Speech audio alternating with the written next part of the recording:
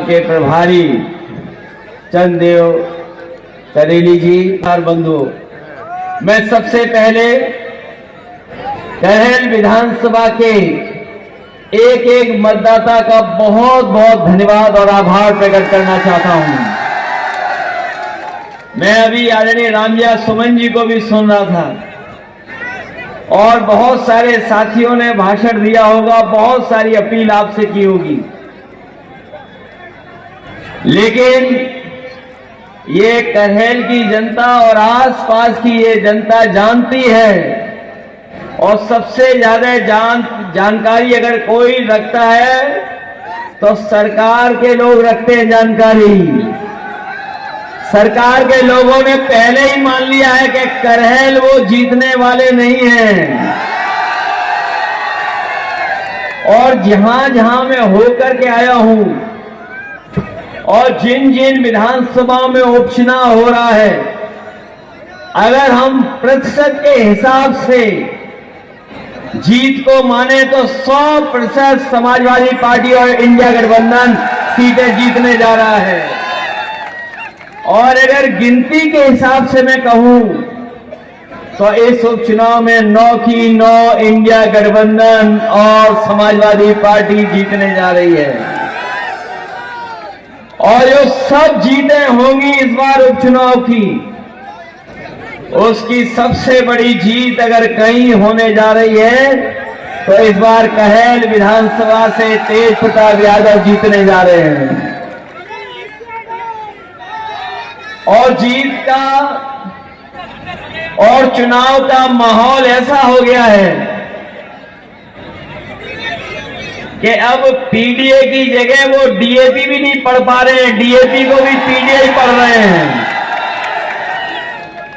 जहां पीडीए को कुछ नहीं दिया, वहीं हमारा किसान जानता होगा रातों रात खड़ा होना पड़ रहा है, लाइन में लगना पड़ रहा है। जब उसे खाद और डीएपी की जरूरत है तो उसे डीएपी नहीं मिल रही है।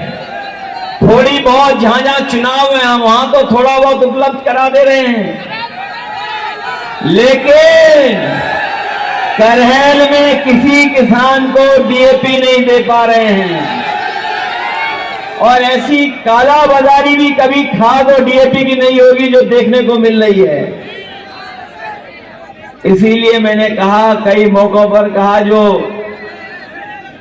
पीडीए का फुल फॉर्म बताते हैं कम से कम डीएपी का भी फुल फॉर्म बता दें। वो जो पीडीए के बारे में जगह जगह जानकारी दे रहे हैं वो कम से कम डीएपी की भी जानकारी दे दें। पहले तो ये लोग बीजेपी के लोग केवल बोरी में चोरी कर रहे थे, अब पूरी की पूरी बोरी चोरी हो रही है, बोरी मिली नहीं किसी को। और जब हमारे किसान को सबसे ज्यादा जरूरत है खाद की, डीएपी की, उस समय ये सरकार उपलब्ध नहीं करा रही है।